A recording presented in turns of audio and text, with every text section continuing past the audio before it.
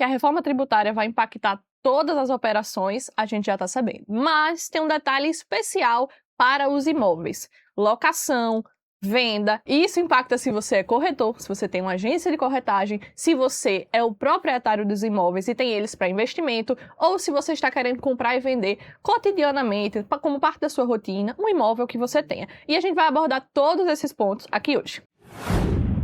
Eu sou a advogada Cecília Ramos, atuo nas áreas de direito tributário e empresarial e nesse canal eu traduzo temas técnicos de forma objetiva. E hoje a gente vai abordar como é que se impacta o seu imóvel e o seu trabalho. Trago hoje aqui, como convidada, a Josiana Alves, corretora de imóveis de médio e alto padrão, que vai trazer também a perspectiva dela e as dúvidas do mercado. Já que o ideal é que a gente trabalhe isso direto na realidade, para que você não tenha aquela abstração da reforma tributária. Josi, como é que você está vendo, ao longo da sua carreira, esse impacto? Primeiro, fala um pouco sobre você e como é que está sendo esse momento. Primeiro, quero agradecer o convite. É um imenso prazer estar aqui com você, Cecília, o pessoal aí de casa. Eu sou corretora de imóveis, né? Hoje atuo e moro na cidade de Campinas, mas eu sou potiguar da Gema, com muito orgulho, graças a Deus. E eu me sinto privilegiada em ter esses dois extremos aí, tanto de estar no Nordeste como no Sudeste. E aí isso me ajuda muito por esse privilégio mesmo de entender tanto o mercado imobiliário, né, nas duas cidades. E o que é que eu vejo hoje? Que a gente precisa muito falar sobre esse assunto, é um assunto muito novo, né, que aí está desde do mês passado, né, mas eu observo que o meu cliente, ele ainda não entendeu o que aconteceu. O que é que está acontecendo, o que é que vai acontecer com o dinheiro dele, com os imóveis, enfim. Então é por isso que eu estou aqui, agradeço muito o convite. Você falou aí um pouco sobre os clientes. Você já teve alguma experiência que trouxe essa necessidade? Você já perdeu alguma venda por causa disso? Sim, por incrível que pareça assim, né, por ser algo tão novo, né, mas uns 2 meses atrás eu perdi uma venda justamente pelo cliente não entender, ele não sabia o que estava acontecendo, e aí ele falou, não, qual que é o medo deles, na verdade, né, porque eles estão com muita cautela ali, então será que o momento de comprar um imóvel agora? Será que esses tributos aí vai acabar com o meu, como que eu posso dizer? O meu patrimônio? Então eles estão recuando, né? E para isso que nós temos que desmistificar esse assunto, né, que é de extrema importância. Sim, acho que trazer o conhecimento e a informação vai ser essencial para a gente separar os corretores que vão continuar vendendo bem na reforma Exatamente. e os corretores que vão dar uma estagnada porque não vão estar prontos para responder do cliente. E aí eu acho que algo que até o digital trouxe muito aqui. Você não pode ser especialista numa área e não ter conhecimento nas outras. Mesmo sendo um corretor e eu não entendo todas as minúcias e particularidades da sua profissão, você tem que entender um pouco da minha como tributarista para você saber até direcionar. Não, nesse nível aqui você precisa de uma advogada para te orientar. Ah, mas eu quero comprar esse imóvel, Josiana, porque eu vou colocar ele na minha holding patrimonial. É um bem que eu quero deixar lá para minha família. Certo, mas aqui tem um impacto diferente dele comprar para a pessoa física. E essas noções, esses detalhes até para encaminhar. Não, agora tá na hora da gente ter um advogado junto da conversa, é muito importante. Então, basicamente, para começar a falar um pouco sobre esse impacto da reforma. Hoje você trabalha mais com venda do que com aluguel, não é isso? Isso. Trabalho mais com venda de imóveis tanto prontos como imóveis na planta. Perfeito. Vou começar falando com o aluguel, então, que é mais simples para a gente já se livrar desse ponto. Por que eu estou falando também sobre o aluguel? Porque o que é que aconteceu com o aluguel? Tá tendo muita fake news recentemente sobre isso, de que os aluguéis vão aumentar de forma exorbitante por causa da reforma tributária, e não é bem assim. Pode ser que tenha um aumento? Pode ser que tenha um aumento. Mas o que é importante a gente saber? Que os imóveis, agora, a gente vai ter a condição de tributar ou não, a depender da quantidade de imóveis e desse faturamento. Então, vamos considerar 3 pessoas. A pessoa que tem um imóvel de aluguel, ele tem um apartamento que ele aluga e tem a casa que ele reside. Essa pessoa não vai ser tributada em IBS, CBS. Onde é que ele vai ser tributado? Onde ele já é hoje, imposto de renda, sobre aquele valor do aluguel que ele percebe. Ok. A segunda pessoa é a pessoa que tem 3 imóveis e fatura com eles menos de 240 mil por ano. Certo? Eu tenho 3 imóveis, faturo menos de 200. Ainda não atingi os requisitos, porque eles são cumulativos. Eu tenho que ter os dois. Eu tenho que ter tanto mais de 3 imóveis, quanto mais de 240 mil de faturamento. Sem isso, eu não vou ser tributado pelo meu aluguel. E a terceira pessoa é aquela pessoa que ela tem aluguel como de fato uma fonte de renda. Ela empreende, mesmo que informalmente, por meio do aluguel. Então eu tenho 4 imóveis e eu faturo aqui 300 mil por ano com esses imóveis. Você agora vai ser olhado como se fosse uma empresa. Vai ter um CNPJ para você, mesmo que você não tenha isso hoje. E por que, Cecília, um CNPJ não é para empresas? Não, o CNPJ agora ele vai ser como se fosse uma identidade. Esse número ele vai indicar se você é ou não contribuinte. Então, somente isso, por enquanto. Para a gente ter uma empresa, a gente tem que ter toda a estrutura de uma empresa. Por enquanto, só o CNPJ, certo? Então, vamos ficar com esse CNPJ como se ele fosse seu novo CPF. É o CPF que vai acompanhar você nas relações com o seu imóvel. E com esse CPF, você vai ser contribuinte dos famosinhos, a dupla dinâmica, IBS e CBS. E agora são eles que vão acompanhar. As alíquotas já estão fixadas? Ainda não. Mas para o aluguel, você vai ter redução de alíquota, redução de 70%. Então, a gente vai ter essa redução de alíquota, vai ter o redutor social, que mais para frente a gente vai falar sobre isso hoje também. Mas, basicamente, você não vai pagar a alíquota cheia. Quem tem, então, condição de contribuinte, vai ter o CNPJ e vai pagar esse imposto, vai fazer o quê? Vai, com certeza, repassar esse valor no aluguel. Isso, consequentemente, aumenta o aluguel. Mas não é nada que vai acontecer do dia para o outro e não é nada que a gente não vai se planejar para fazer, e é justamente esse o ponto, que vocês se planejem para esse momento. Passado esse ponto do aluguel, vamos começar a entrar nas vendas. E aí, Josiane, eu queria que você trouxesse as dúvidas que você tem mais visto ou que você tem propriamente sobre esse tema. Tá. Primeiramente, só para tirar uma dúvida do que você falou agora com relação à alocação. Ou seja, são mais de 3, ou seja, a partir de 4. Exatamente. Então, e é acumulativo. Ou Isso. seja, se ele tem 4 imóveis, mas ao final do ano anterior, que seria o ano anterior, ele não atingiu esses 240 mil, então ele não paga. Não vai pagar. E aí, nesse ano, você falou certo que é do ano anterior. Aí vamos dizer que em 2025 ele não bateu os 240 mil. Tem 4 imóveis. Então ele ainda não está contribuinte IBS CBS. Só que durante 2025, ele subiu de algum modo, ele escolheu subir, aqui não tem nada a ver com os novos tributos, ele escolheu subir o preço do aluguel e aí ele faturou mais. Ele faturou 290 mil. Ele faturou 320 mil. Se ele passar 20% daquele limite de 240, ele vai ser desenquadrado durante aquele ano e se torna contribuinte. Então, opa! Eu começo o ano não sendo contribuinte, mas eu posso me tornar contribuinte no meio do ano? Pode. Por isso que a gente tem que pensar até na hora de aumentar o preço. Você aumenta o preço, você aumenta seu faturamento, você aumenta o risco de se tornar contribuinte no meio do ano. E aí você se torna contribuinte para todo aquele ano. Então, tudo isso tem que ser planejado. Quem tem mais de 3 imóveis, ou seja, 4 ou mais, já tem que ficar com a pulguinha atrás da orelha, que agora só falta o requisito do valor. Chegou no requisito do valor, não tem para onde correr, vai ser contribuinte de IBS CBS. E tem uma outra regrinha também que seria dentro do ano o valor de 288, é isso? Isso, esse é o valor dos 20% que eu mencionei. Quando ele chegar nesse valor é porque ele atingiu os 20%. E aí ele vai ser o ano todo contribuinte de IBS CBS. Correto. Mesmo que eu atinja só em junho, eu vou ser contribuinte o ano inteiro. O ano inteiro. Perfeito. É uma regra parecida com o que a gente tem hoje no MEI, por exemplo. Lá no MEI a gente tem um limite de 81 mil por ano. Mas você pode passar 20%, até 20%, sem ser desenquadrado automaticamente. Você passou disso, você é desenquadrado. É a mesma lógica que eles pegaram para alocação, só que os valores são diferentes. Mas a lógica é a mesma. Passou 20%, já era, pode se planejar para pagar o ano inteiro como contribuinte IBS-CBS. Cecília, o que eu gostaria de saber, eu vi que o imposto agora, ele vai ser retido na hora, né? O tal do split payment. Então, como eu posso, eu como corretora, né, de Campinas, eu falar para o meu cliente que o que ele vai pagar, ele vai ser fatiado ali na hora, né, antes mesmo de entrar na conta dele? Exatamente, perfeito. Vamos lá. Quanto ao split payment, como é que ele vai funcionar?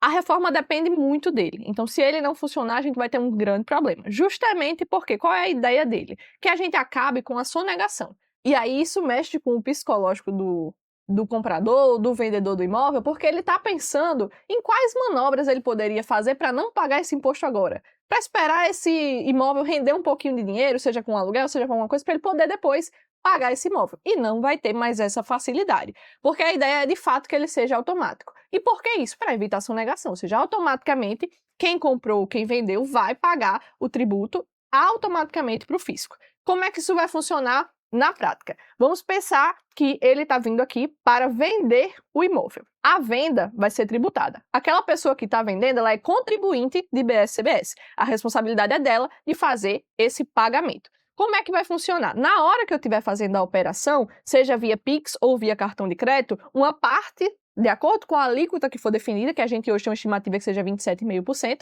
essa alíquota vai ser destinada já para o fisco. O restante do valor vai ser destinado para a pessoa que está vendendo, ou seja, para quem vai receber de fato esse valor. E com relação à comissão, Cecília, como é que fica? A corretagem, essa intermediação, ela também é tributada por IBS-CBS. Então, a gente também vai ter um valor sobre a corretagem. Então, por exemplo, você que trabalha por intermédio de uma corretora, não é isso? Correto. Como é que vai funcionar? A corretora recebe agora a comissão. Na hora que ela receber, ela, contribuinte de IBS, porque automaticamente já vai fazer. Ela também já vai pagar. Ou seja, o que sobrar daqui, líquido, é o que vai virar porcentagem também para o corretor que está vendendo. Isso é algo que vai precisar ser negociado entre vocês também. Sua porcentagem, vamos dizer que sua porcentagem seja de 2% hoje. 2% de 6%. Agora, desses 6%, vai ter uma parte que vai ser IBS-CBS. Então, isso vai ser automático. Vai sobrar um outro valor líquido. Sua porcentagem continua sobre o valor líquido ou ela vai diminuir? Isso também vai precisar ser ajustado. Mas a ideia do split payment é essa. E por que eu falei que ele precisa funcionar? Porque sem ele, a gente passa a ter o quê? Como se fosse um boleto, um carnê, que vai vir no dia 10 do mês seguinte, ou seja, 30 dias após, dia 10 do mês seguinte, fiz a venda agora em fevereiro, em 10 de março eu vou ter um boletim relativo àquela venda. Ó, seu boletim aqui para pagar IBS e CBS, como se eu estivesse pagando um carnê, certo? E ele é integral. Integral. Integral, gente, não tem parcelamento, não tem previsão de parcelamento. Então, isso significa que o cliente, ele não vai ficar mais com esse valor, porque antigamente, no caso, antigamente há pouco tempo, então ele ficava com esse valor, e aí ele, junto com o contador, ele ia fazer esse pagamento. Então ele poderia ficar ali, sei lá, 10, 20 dias ali, e agora não. Já é automático. Então ele teria que se programar também numa compra de imóvel e numa venda. Exatamente. Ele podia ficar até mais, porque a gente tem a questão do ganho de capital. Quando ele faz a venda, ele vendeu por um valor maior do que ele comprou, ele teve um ganho de capital, sobre isso incide o imposto de renda. Ele pode, por exemplo, em 90 dias, pegar esse valor da diferença e investir em outro imóvel, sem pagar Exatamente, o ganho de capital. é isso que eu tô vendo. Que era o que acontecia, mas agora não. E agora já vai ser automático. É automático. Não dá tempo dele investir em outro lugar. O que é que vai acontecer? Aí a gente tem que trazer as vantagens também. Eu paguei imediatamente. Tudo que eu paguei vira crédito. Então é como se eu tivesse uma continha poupança com o governo. O governo, já paguei esse valor aqui de imposto. E esse crédito vai ser utilizado numa próxima compra dele. Exatamente. É como se eu tivesse um dinheirinho guardado aqui com o fisco. Isso é o crédito, vamos dizer assim, é uma moeda que eu vou ter também. Agora ele vai ser uma moeda junto com a reforma. Então, vamos lá, paguei 270 mil aqui de IBS-CBS. Esses 270 mil ficam como crédito para mim. Então, acabei de vender um imóvel, recebi minha parte líquida, paguei 270 mil de IBS-CBS. Ok. Agora eu quero comprar um outro imóvel, porque eu fiz essa venda para adquirir outro bem. Agora eu vou comprar outro imóvel, vou aproveitar aquele crédito que eu tenho nessa compra. Então, não é como se você perdesse isso, mas agora vai ser uma Ele vai ficar de compensação, abater ou não esse valor de crédito. Você só tem crédito quando você é contribuinte. E aí eu venho para outro ponto delicado. Se você é pessoa física, você não aproveita crédito. Então, se você está comprando como pessoa física, a gente acabou de falar sobre pessoa física que tem tem até 3 imóveis, contribui com... Que ele não precisa pagar ele não precisa IBS pagar, no CBS. mas ao mesmo tempo ele não tem crédito. Então, se é essa pessoa aqui que está comprando, esqueça, não tem crédito. Automaticamente, pagamento via split e esqueça crédito. Só tem crédito quem é contribuinte. E aí é aquele ponto. Vai ser uma vantagem ser tanto para quem vende, quanto para quem tanto compra? Para quem compra, quanto para quem vende, quanto para quem aluga. Todo mundo que for contribuinte, ou seja, tem o meu CNPJ, pago IBS-CBS, posso ter crédito. Se não for nessa condição, você não vai ter crédito. E aí você tem que pensar, qual é o que compensa mais? Ah, eu tenho 3 imóveis, 240 mil por ano, não sou contribuinte. Mas eu penso em ter mais, então vai ser uma vantagem para mim ser contribuinte. Então, quando eu aumentar esse valor, vou ter que pagar IBS-CBS. Nossa, que chato, vou ter que repassar isso no valor do aluguel, vou aumentar meus aluguéis, mas ao mesmo tempo eu vou ter crédito das operações que eu realizar. Um ponto importante que eu mencionei há pouco sobre a venda. A venda ela é tributada diferentemente do aluguel. Então, para o aluguel, a gente tem aquela limitação de mais de 3 imóveis e mais de 240 mil faturados no ano. Para a venda, não. Para a venda é diferente. Eu tenho no meu patrimônio um imóvel que está comigo há mais de 5 anos. Se eu vender ele, eu não vou ser contribuinte nessa venda de IBS-CBS. Por outro lado, eu tenho um imóvel adquirido há menos de 5 anos. Também não vou ser contribuinte, porque eu só tenho um. Caso eu tenha mais de um, ou seja, eu tenho 2 imóveis adquiridos nos últimos 5 anos e vou vendê-los, aí eu me torno contribuinte de IBS-CBS. A outra opção é eu próprio construir imóveis. Se eu também construir mais de um imóvel, eu vou ser contribuinte de IBS-CBS. Então, atenção que para eu, pessoa física, que vou vender ou alugar imóveis, as regras são diferentes. A gente precisa estar atento a isso. Cecília, e me tira uma dúvida, todo corretor, então, ele vai ter que pagar tanto IR agora quanto IVA?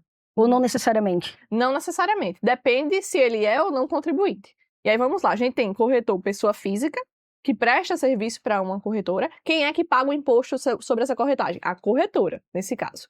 Eu tenho a segunda configuração, que é o corretor autônomo. Ele não tem CNPJ, então como é que ele contribui? Ele contribui com imposto de renda. Ele não vai pagar IBS-CBS. Agora eu tenho um corretor que é PJ. Vamos dizer que a corretora exige que ele seja MEI, ele seja simples, ele tem algum CNPJ para ele poder trabalhar para essa corretora, para ele receber enquanto PJ. Ou ele, de fato, abriu a própria corretora, ele atua, mesmo que sozinho, no formato de empresa. Nesse caso, ele é obrigatoriamente contribuinte. Então, vamos pensar aqui. Novamente, eu tenho uma corretora que está intermediando esse negócio por meio de... Só que ela é uma pessoa física.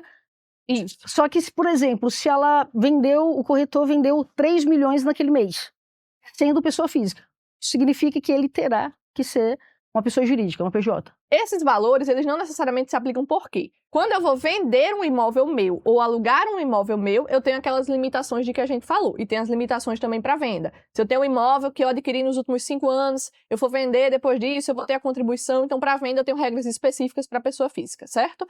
Mas, você que é o corretor, o imóvel não é seu. Então, você não é o contribuinte de IBS-CBS. Correto. Você é o contribuinte de quê? Eu vendi 3 milhões. Mas quanto é que foi a sua comissão? A comissão é o faturamento do corretor, certo? Então, se ele é um corretor pessoa física, ele vai pagar imposto de renda sobre isso. Mas ele percebeu que o imposto de renda vai ficar muito alto, porque a gente tem até 27,5%. Então, ele vai pagar isso. O ideal seria muito melhor que ele abrisse uma PJ. Exatamente, porque a gente comentou há pouco que o IVA, o IBS-CBS, seria 27,5% estimadamente. Ah, Cecília, mas dá a mesma coisa que o imposto de renda. Não, porque no serviço de corretagem você vai ter uma redução de 50% da alíquota. Então, talvez valha a pena para o 50%.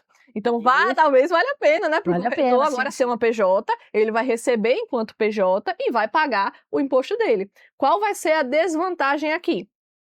Quando ele for PJ, ele pode ter dupla tributação se não souber configurar. Porque o cliente, quando fez a venda por intermédio da corretora, a corretora já pagou o imposto sobre aquilo, certo? Agora, a corretora vai repassar para o corretor que realizou a venda. Essa nova transação, ela vai ser tributada, mas aquele valor já foi tributado quando recebeu do cliente, certo? Então, para intermediar, fica um pouco mais complicada essa relação. A gente tem que investigar caso a caso. Mas, e se for para o corretor vender, fazer a operação direto do cliente? Então, o corretor vai receber diretamente a porcentagem dele. E aí, o que é que a gente faz? A corretora recebe a porcentagem dela, como se a gente tivesse 2 corretores trabalhando juntos. A corretora, a instituição, e você, a corretora. Então, cada um vai receber por contrato uma parte, como se vocês estivessem trabalhando juntos. Dessa maneira funciona e a gente consegue eliminar a bitributação. Josi, no início do vídeo você comentou um pouco que conhecia o mercado imobiliário aqui em Natal e lá em Campinas, região sudeste. Qual é a principal diferença que você vê do mercado de lá para cá?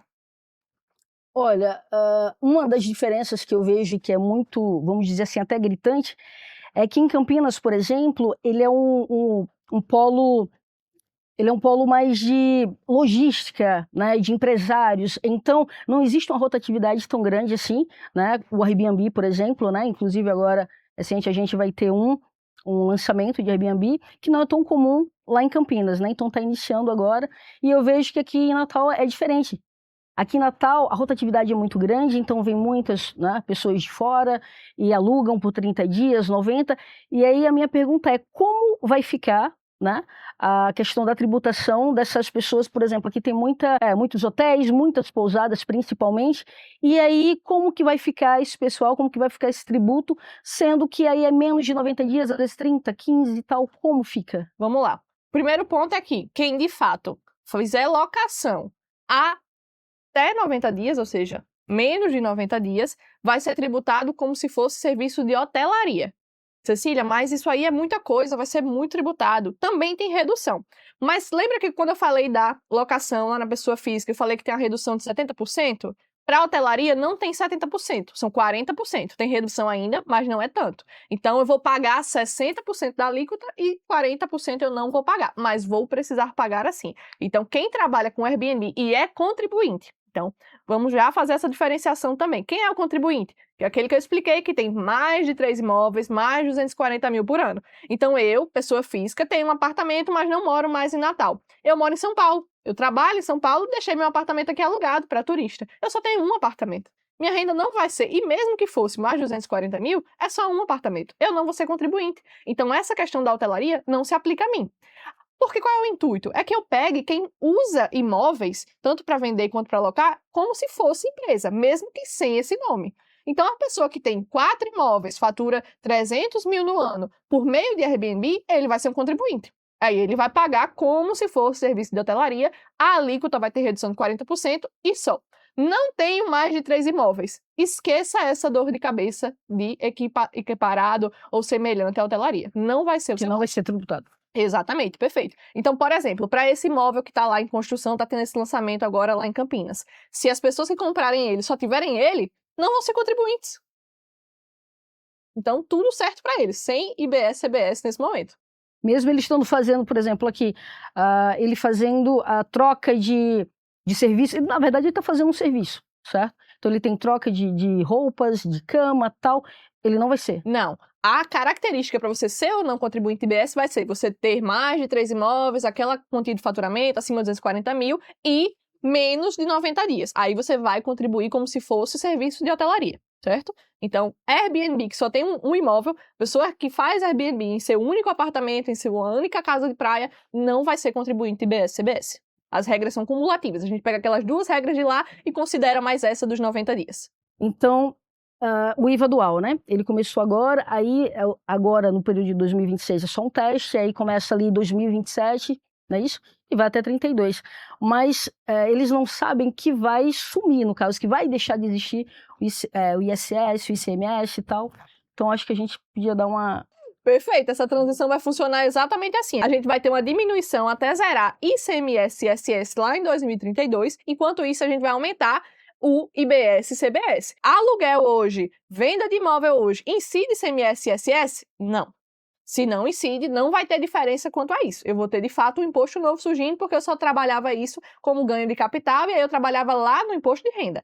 Não tem ICMS nem ISS sobre locação e venda. Então, de fato, aqui a gente tem um tributo novo surgindo. Agora, para as atividades que de fato trabalham hoje com ICMS, que é compra e venda de produto, ou ISS, eu presto serviço, um serviço de advocacia, por exemplo, pago ISS, vou diminuindo aos poucos minhas contribuições de ISS e aumentando IBS e CBS. Essa transição eu já explico aqui em outros vídeos no canal. Josi, em outra conversa que a gente teve, você comentou que tem alguns clientes que têm muitos imóveis. E aí, você tem essa informação, quando eles vêm fazer a compra, eles te informam se eles têm uma holding para colocar todos esses patrimônios, ou eles só informam que querem fazer uma compra? Como é que funciona? Não, eles não... na verdade, não... Nunca falaram sobre isso, na verdade. Pronto, esse é um ponto importante que você deve perguntar a partir de agora, porque tem uma diferença. Lembra que eu comentei que para quem tem CNPJ é obrigatoriamente contribuinte de IBS, CBS e a pessoa física não? Só se aquela pessoa tiver mais de 3 imóveis, toda aquela ladainha que a gente já vem repetindo aqui hoje. Então, como é que funciona? Se ele estiver na holding, ele vai ser contribuinte de IBS, CBS. Mas será que vai ser uma vantagem ele não ser? Ou seja, vai ser uma vantagem eu não colocar na holding, colocar na pessoa física? Muito difícil. Porque quando a gente abre uma holding, a gente tem que considerar outros elementos. A gente pensa geralmente no planejamento sucessório, ter muitos bens, já quero em vida deixar isso distribuído, ter uma redução de TCMD, integralizando isso na minha holding. São outros detalhes que a gente tem. Mas agora a conta tem que considerar essa questão do IBS-CBS, porque a gente fazia isso, por exemplo, para protelar um ITCMD ou para não pagar esse TCMD. E agora, IBS-CBS, como você bem viu, é um pagamento automático. Então, na hora da compra da venda, já vai incidir aquele tributo. Então, algo que eu já deixo de alerta para você perguntar se ele vai comprar enquanto pessoa física, se ele tem uma holding constituída, se ele já tem orientação sobre esse tema, porque isso vai ser importante e isso mostra um domínio que você vai precisar ter para lidar com o cliente. Agora, uma outra dúvida, né? Eu trabalho em Campinas muito com imóveis de médio e alto padrão, tá? Como também trabalho ali, mesmo sendo foco médio e alto padrão, a gente também trabalha com baixa renda ali, Minha Casa Minha Vida. A pergunta é, quem investe em imóveis de alto padrão, ele também vai ter essa redução ou apenas as pessoas que estão encaixadas ali no Minha Casa Minha Vida. Pronto. A redução, ela está atrelada à operação de compra e venda. Não está, nesse caso, atrelada a quem é aquele contribuinte. E essa redução que eu estou falando é a redução social. E a gente já distingue aqui, antes de eu explicar a redução social, que a gente tem a redução de alíquota, que é aquela que a gente comentou, 70% quando é aluguel, 50% quando é venda, 40% quando é Airbnb. Pronto, já aprendeu essa parte, Já. né? E aí, o que é o redutor social? O redutor social, ele vem para mitigar a base de cálculo que a gente chama. Então, eu estou vendendo um imóvel de 1 milhão. Posso considerar um imóvel de 1 milhão já de alto padrão? Alto padrão. Pronto, tem um imóvel de 1 milhão. A minha alíquota para essa venda vai ter redução de 50%. Então, ao invés de eu pagar 27,5%, eu vou pagar metade disso. Mas onde é que eu vou aplicar esses 27,5%? Vou aplicar em 1 milhão? Não, vou aplicar em 900 mil. Independente de ser um imóvel de alto, baixo, médio padrão, eu vou ter uma redução na venda de imóvel de 100 mil reais. E se for lote, 30 mil reais. Mas qual é a diferença aqui que você pode explicar para o seu cliente? O de 100 mil vai ser no de 1 milhão? Em qualquer imóvel. Qualquer operação de venda, eu vou ter esse redutor de 100 mil reais, certo? E aí, o que é que acontece? Para o cliente que está comprando ou vendendo um imóvel de 1 milhão, vai ficar com 900, ainda continua bastante, né? Para a gente decidir. Continua bastante, Quando pelo valor. um imóvel de Minha Casa Minha Vida, que seja 200 mil, 250 mil, 150 mil, aí já faz muita diferença quando eu tiro esse 100. Então, o impacto prático vai ser diferente, mas o redutor continua. Sendo você um imóvel de alto padrão ou um imóvel de baixo padrão, a gente vai ter essa redução. Na locação, eu também vou ter uma redução. Essa redução de 100 mil é para a venda, certo? Na locação, eu também vou ter um redutor de 600 reais. Então, por exemplo, o meu locador aluga para mim um apartamento de 2.200 reais. Ele vai descontar 600 disso e essa vai ser a base de cálculo onde ele vai aplicar a alíquota da locação, que tem redução de 70%. Então, eu tenho 70%. duas reduções diferentes. Isso precisa ser considerado até para eu planejar. Quanto é que eu vou aumentar? Para você não chegar, a reforma vai aumentar 30% de imposto. Então, vai aumentar 30% do meu aluguel. Pelo amor de Deus, não faça isso, façam os cálculos. A gente vai ter o redutor social, vai ter o redutor de alíquota, então tudo isso se aplica. No imóvel de alto padrão, eu tenho um imóvel alugado aqui a 60 mil. Vou ter redução? Vou ter redutor no aluguel? Vou, 600 reais. Vai fazer alguma diferença para quem aluga esse imóvel de 60 mil? Pouco ou nenhum. Nada. Não paga nem a conta de energia, mas vai ter. Então, na prática, não tem, na teoria não tem diferença, na prática tem. Cecília, então vamos só fazer um resumo aí para ver se eu entendi, para que eu consiga passar tanto para os meus amigos corretores também, como meus clientes, tá? Então, significa que uma pessoa que está comprando um imóvel, né? Ela sendo pessoa física, e ela, vamos supor, ela tem 3 imóveis, tá? Durante o ano ali, e ela chegou a 230 mil. Então, é acumulativo. Então, ela não precisa pagar esse tributo. Isso. ICBS e ICBS. Um detalhe só é que quem vai pagar esse tributo é quem está vendendo. Quem tá Na vendendo. compra e venda, a gente vai, geralmente, o comprador vai passar para o comprador pagar. O vendedor vai querer passar isso para o comprador pagar. Mas quem é legalmente o contribuinte é quem está vendendo. A operação em que incide isso aqui É de quem venda. vende, tá? Então, Exatamente. Então, se ele vende 3 e ele chega a 240, ele não vai pagar esse tributo. Só a partir do quarto. Isso para o aluguel. No aluguel, a gente vai ter aquela limitação quantitativa cumulativa. Cumulativo. Tenho mais de 3 imóveis, alugo meus mais de 3 imóveis e tenho até um faturamento de 240 mil ou mais. Aí eu vou ser contribuinte de BSCBS enquanto pessoa física no aluguel. Para venda é aquela regra dos 5 anos. Então eu tenho mais de um imóvel, ou seja, 2 ou mais imóveis, e nos últimos 5 anos eu adquiri eles, agora eu vou fazer a venda. Vou ser contribuinte de BSCBS. Se eu for empresa, eu for a holding que a gente acabou de falar, e nessa holding eu tenho imóveis, agora eu quero trocar um imóvel que está aqui para fazer um investimento em outro. Vou ser contribuinte de BS nessa operação. Mas ao mesmo tempo eu também vou gerar crédito. Então eu aproveito esse crédito no próximo imóvel que eu for comprar. Então, Cecília, significa que hoje, com todas essas alterações aí da reforma tributária que está iniciando aí, e a gente tem até 2032, 2033, não é isso? Para a gente acostumar com tudo isso, significa que um corretor de imóveis, hoje, ele não consegue ali trabalhar sozinho. Ou seja, ele tem que ter um conhecimento para que ele consiga passar tudo isso para o cliente. Porque o que pode acontecer? Se o cliente compra um imóvel hoje, por exemplo, na planta, e ele vai receber daqui a 3 anos. E aí, se ele tiver uma surpresa lá negativa, né? Então isso vai ficar ruim pra gente. Então aí a gente tem que ter a junção aí tanto do contador dele, como você que é do direito tributário e também o corretor.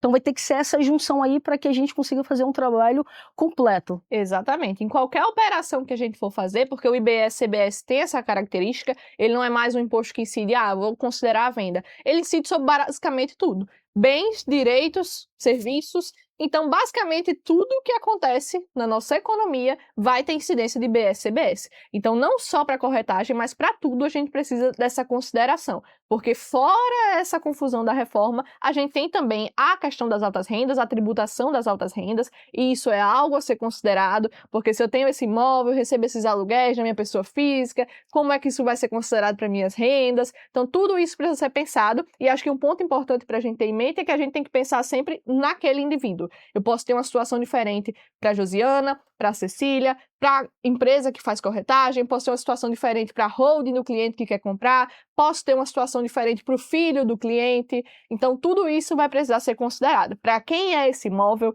quando é que vai ser feita essa operação, agora que a gente está no início da transição e as alíquotas ainda não estão valendo, ou em 2027, quando a gente já vai ter CBS valendo, IBS ainda não. Então, o momento importa, quem é que está fazendo essa operação importa. Então, eu acho que o ponto mais importante para o corretor ter em mente é que tudo isso importa e o cliente precisa estar alertado de tudo isso. Mesmo que isso assuste um pouco eles, você trazer um outro profissional que venha complementar vai acalmar ele, mas ele vai ter a segurança de que você alertou dessas mudanças. E não apenas chegou, compra ou vende antes da reforma tributária de fato acontecer. Mas, se você comprar agora tem um impacto, se você comprar depois tem outro impacto, e tudo isso precisa ser considerado.